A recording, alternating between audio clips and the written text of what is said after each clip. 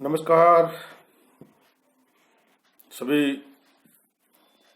मित्रों का बहुत बहुत स्वागत। हमारे वाणिज्य संकाय के विद्यार्थियों का भी बहुत बहुत स्वागत है। आज हम एक बहुत ही महत्वपूर्ण टॉपिक पर अपना डिस्कशन जारी रखेंगे, क्योंकि ये टॉपिक हमारे सभी के लिए बहुत ही महत्वपूर्ण है। जो नौकरी पेशा लोग हैं, सरकारी कर्मचारी हैं और निजी क्षेत्र में जो कार्य करते हैं, उन सबको अपनी आय का विवरण देना पड़ता है और उस पर टैक्स चुकाना पड़ता है। परंतु कुछ जानकारी के अभाव में बहुत सा टैक्स है वो उन पर लग जाता है, जबकि अगर सामान्य जानकारी हो तो हम बहुत सा टैक्स बचा सकते हैं। हमें बचत की ओर प्रेरित करते हैं कि बचत करेंगे तो आप टैक्स बचा सकते हैं, और जो बचत है वो भविष्य के लिए आपके लिए पूंजी होगी, क्योंकि भविष्य में क्या होगा इसका हम कुछ कह नहीं सकते। इसलिए हमें भविष्य के लिए भी बचत करनी चाहिए ताकि हम भविष्य में सुरक्षित रहें। इसी को ध्यान में रखते हुए आपको हम बताएंगे कि deduction under section 80C to 80U, deduction under section 80C to 80U। आयकर में धारा 80C से U तक की कटौतियां। चैप्टर शुरू करने से पहले मैं अपना परिचय आपको दे देता हूं। मैं doctor Mahendra Kharadiya, assistant professor ABST, department of commerce, government Lohia college Churu. तो ज्यादा समय नहीं लेते हुए शुरू करते हैं। आज का हमारा टॉपिक आयकर में धारा 80C से U तक की कटौतियां।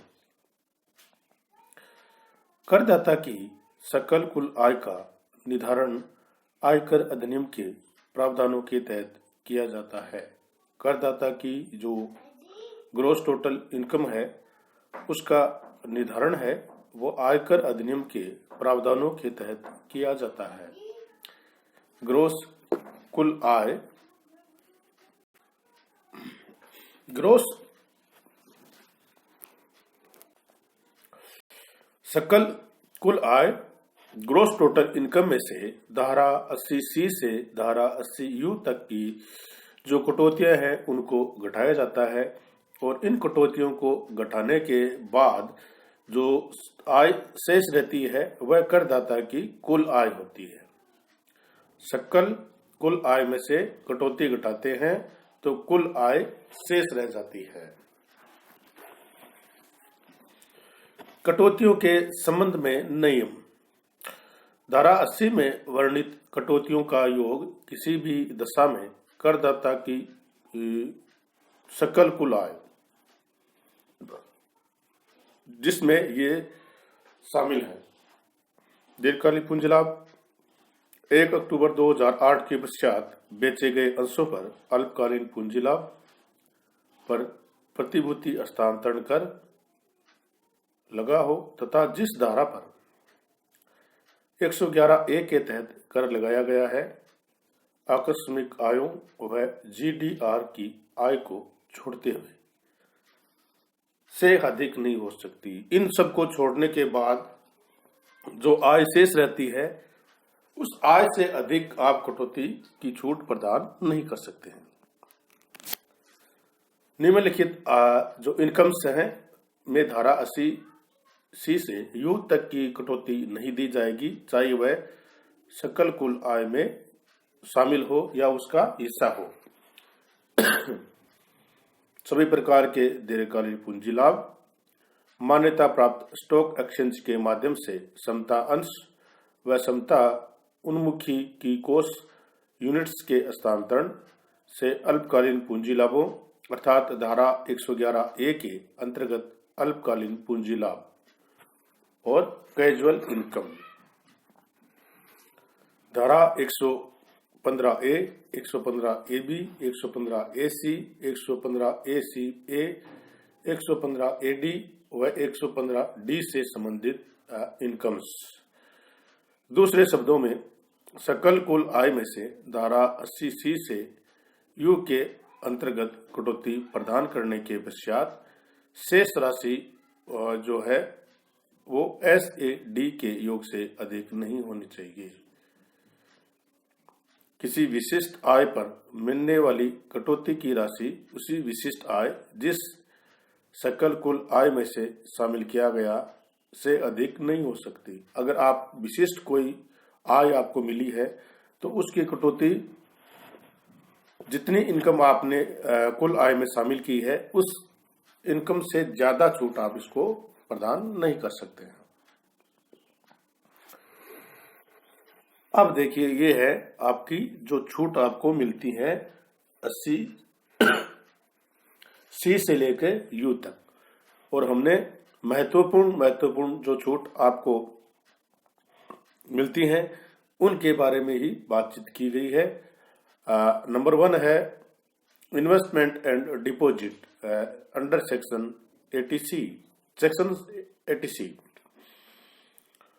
80C में आपको छूट मिलती है deduction in respect of life insurance contribution to provident fund.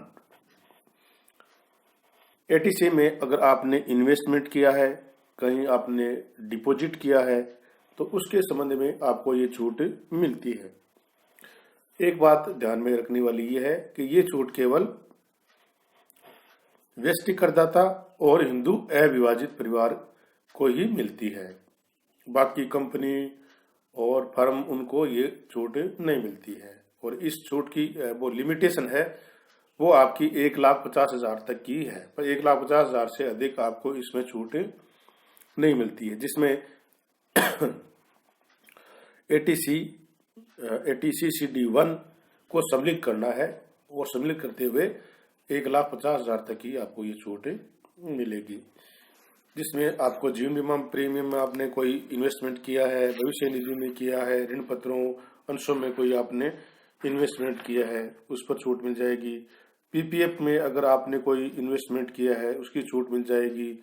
बच्चों की शिक्षा हेतु कोई आपने ट्यूशन फीस वगैरह कोई चुकाई है उसको इसकी छूट आपको मिल जाएगी। इसके बाद में एक नई योजना शुरू की है सुकन्या समृद्धि खाता में जमा, इसकी छूट भी आपको इसमें मिलती है। पोस्ट ऑफिस में अगर आप 5 वर्षीय सावधि जमा योजना में भी जमा कराते हैं इसके संबंध में भी आपको इसकी छूट मिल सकती है। ये आपको इन्वेस्टमेंट और डिपॉजिट पर छूट मिलती है, लेकिन ध्यान क्या रखना है 1,50,000 तक की छूट आपको मिलती है। नेक्स्ट है contribution to certain pension funds 80CCC। Pension कोष में अंशदान के संबंध में कटौती। ये कटौती भी आपके निवासी और अनिवासी करदाता को ही दी जाती है।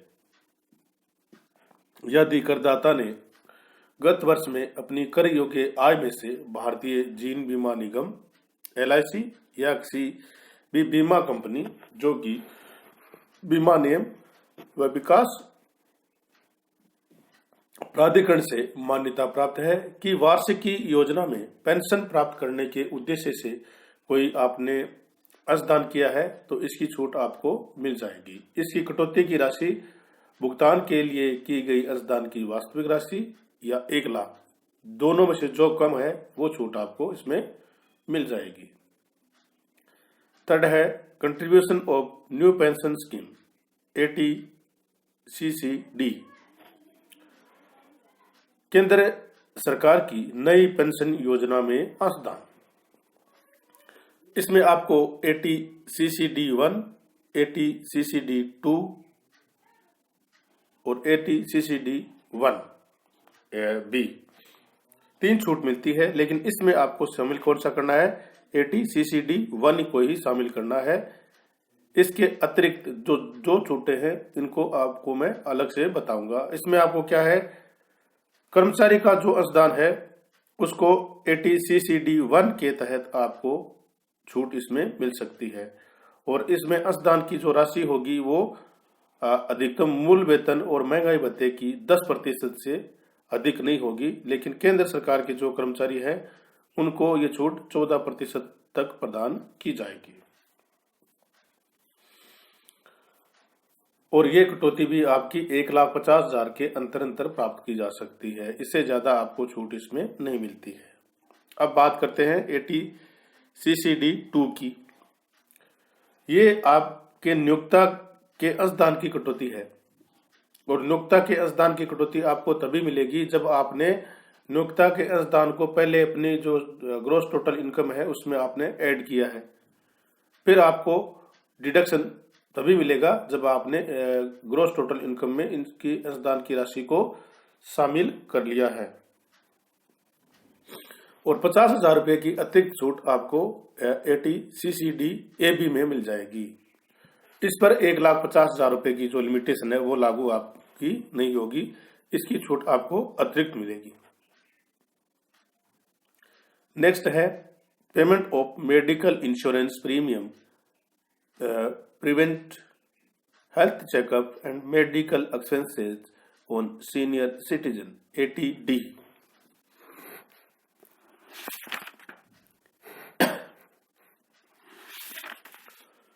बहुत ही महत्वपूर्ण छूट है, और ये चिकित्सा बीमा प्रीमियम के संबंध में आपको ये छूट मिलती है 80D की।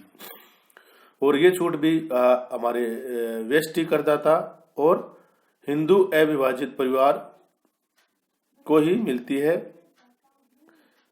अगर आपने मेडिकल पॉलिसी ले रखी है और उसके प्रीमियम का भुगतान आपने किया है तो उसके भुगतान के संबंध में आपको ये छूट मिलेगी, और ये छूट आपको मैक्सिमम है वो 25,000 से अधिक आपको ये छूट नहीं मिलेगी। परंतु अगर आप जो व्यक्ति हैं, परिवार के सदस्य हैं, उसमें कोई एक वरिष्ठ नागरिक है, वरिष्ठ का मतलब होता है 60 साल से अधिक है, तो 25,000 की अतिरिक्त छूट आपको इसमें मिल जाएगी। तो टोटल छूट कितनी हो जाएगी, 50,000 रुपए की।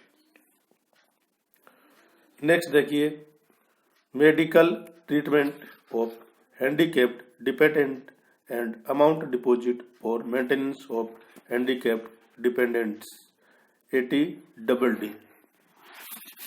ये भी महत्वपूर्ण छूट है। विकलांग आश्रितों के भरण पोषण व चिकित्सा पर व्यय के संबंध में कटौती 80DD।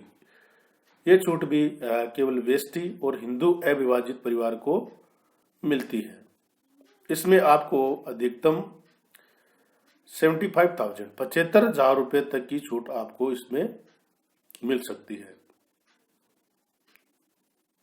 और यदि विकलांगता है वो उसका परसेंटेज 80% से ज्यादा है तो आपको 1,25,000 रुपए तक की छूट इसमें आपको मिल सकती है।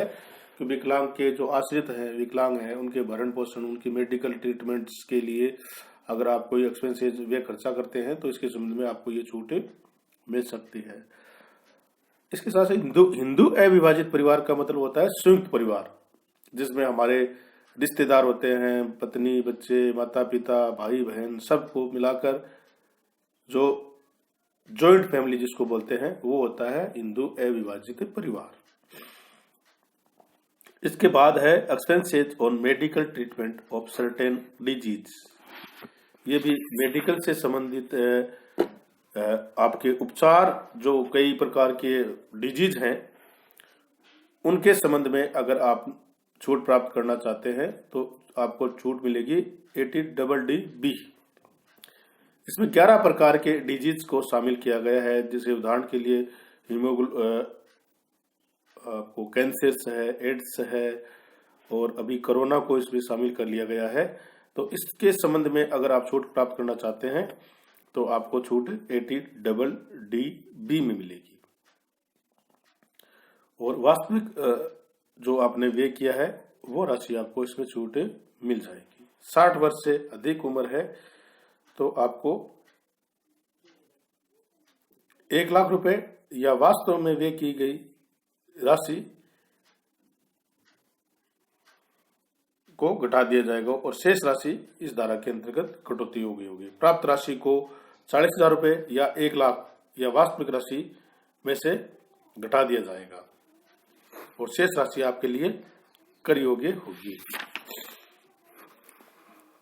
और एक जो महत्वपूर्ण छूट है, जो हमारे हायर एजुकेशन प्राप्त करने के लिए लोन लेते हैं, उनके ब्याज के भुगतान के संबंध में छूट आपको मिलती है ATE, repayment of loan and interest there on taken for high education, ATE। 12 class pass करने के बाद विद्यार्थी हायर एजुकेशन प्राप्त करने के लिए कोई लोन लेता है तो उसको वास्तविक जो ब्याज है उसके भुगतान के संबंध में छूट आपको मिलती है। वास्तविक भुगतान की अवधि या 8 वर्ष, दोनों में से जो कम होगा उस अवधि तक आपको ये छूट मिलती है। इसके बाद में देखिए है deduction in respect of interest on loan taken from residential house property. रिहायशी मकान को प्राप्त करने के लिए गए ऋण के जो ऋण आपने लोन आपने लिया है उस पर ब्याज के संबंध में कटौती मिलती है आपको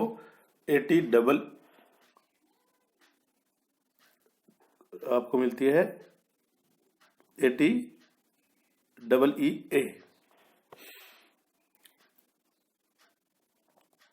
यह कटौती केवल एक व्यष्टि करदाता को किसी बैंक से किसी बैंकिंग नियमन अधिनियम जो है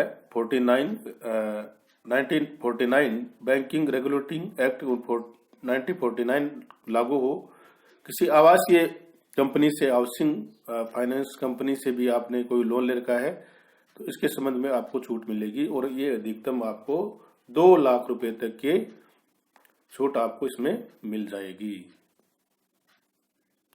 लेकिन एक बात ध्यान रखनी है, रिहायशी मकान की जो लागत है वो 45 लाख से अधिक नहीं होनी चाहिए। नेक्स्ट आपकी है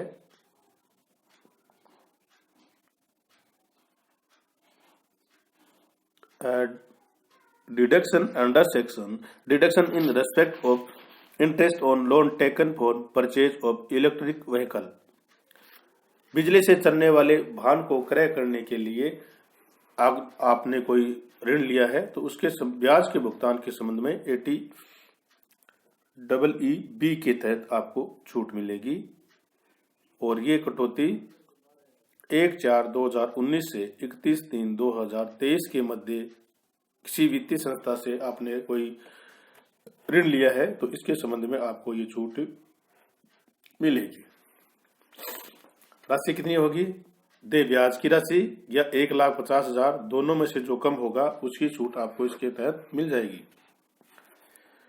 donation to certain funds charitable institute ATG, कुछ कोष है या पुण्यात जो चैरिटेबल ट्रस्ट है उनमें आपने कोई दान दिया है, डोनेशन दिया है तो इसके संबंध में आपको ATG की छूट मिलेगी और इसमें छूट मिलने का 3 प्रकार के आपके छूट मिलेगी। 100% छूट, 50% छूट एंड समायोजित कुल आय का 10%। 100% में कई जैसे राष्ट्रीय सुरक्षा कोष है, प्रधानमंत्री का राष्ट्रीय सहायता कोष है और प्रधानमंत्री का अमोनियन भूकंप सहायता कोष, अफ्रीका फंड, सार्वजनिक अंशदान भारत, राष्ट्रीय संप्रदाय सद्भाव सौहार्द फाउंडेशन, अनुमोदित विश्वविद्यालय व राष्ट्रीय महत्व का जो शैक्षणिक संस्थान है, महाराष्ट्र मुख्यमंत्री का सहायता कोष, जिला साक्षरता समिति। इनमें अगर आपने इन्वेस्टमेंट किया है तो आपको 100% छूट मिलेगी। इसके साथ साथ अगर आपने प्रधानमंत्री स्वीकार हाथ कोष, जवाहरलाल नेहरू स्मारक कोष, इंदिरा गांधी स्मारक ट्रस्ट और राजीव गांधी फाउंडेशन में इन्वेस्टमेंट किया है, कोई दान दिया है तो 50% और इन सब दोनों में के अलावा कहीं आपने दान दिया है तो उसके संबंध में आपको समायोजित कुल आय की राशि की 10% छूट आपको मिलेगी। Donation for scientific research and rural development, ये आपको छूट मिलेगी GA। कौन सी मिलेगी? 80 GE। अगर आपने किसी रूरल डेवलपमेंट या शोध को बढ़ावा देने के लिए आपने कोई भुगतान किया है तो इसके संबंध में आपको छूट मिल जाएगी। नेक्स्ट जो हमारा है कंट्रीब्यूशन टू पॉलिटिकल पार्टी।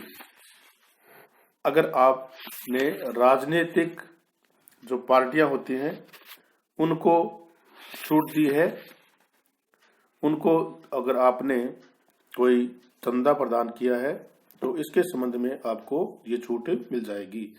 ये छूट कृत्रिम व्यक्तियों व स्थायी सत्ता की को छोड़कर सभी करदाताओं को प्रदान की जाएगी। यदि करदाता ने राजनीतिक दलों व इलेक्ट्रॉनिक ट्रस्ट को गत वर्ष में कोई अंशदान दिया है तो ऐसा संपूर्ण अंशदान उस दर में कटौती योग्य होगा और ये अंशदान नगद के अलावा किसी भी माध्यम से प्रदान किया जा सकता है। ये आपको ध्यान में रखना है कि नगद के अलावा किसी भी माध्यम से ये आप प्रदान कर सकते हैं। नोट, इसके अतिरिक्त जो ये छूटे हैं, deduction in respect of employment of new employees, इसके संबंध में भी आपको छूट मिलती है 80 GGA। 80 GGA।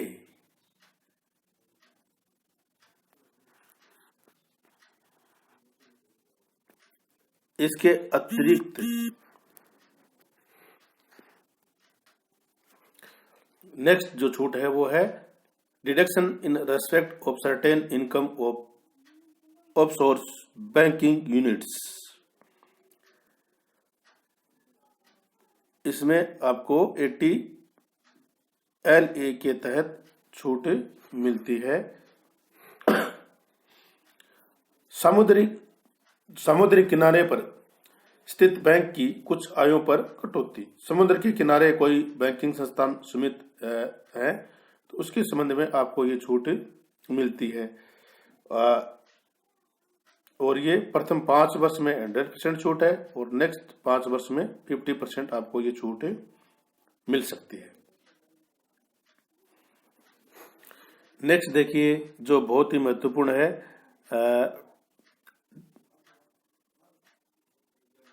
Deduction in respect of royalty income to authors 80 QQB।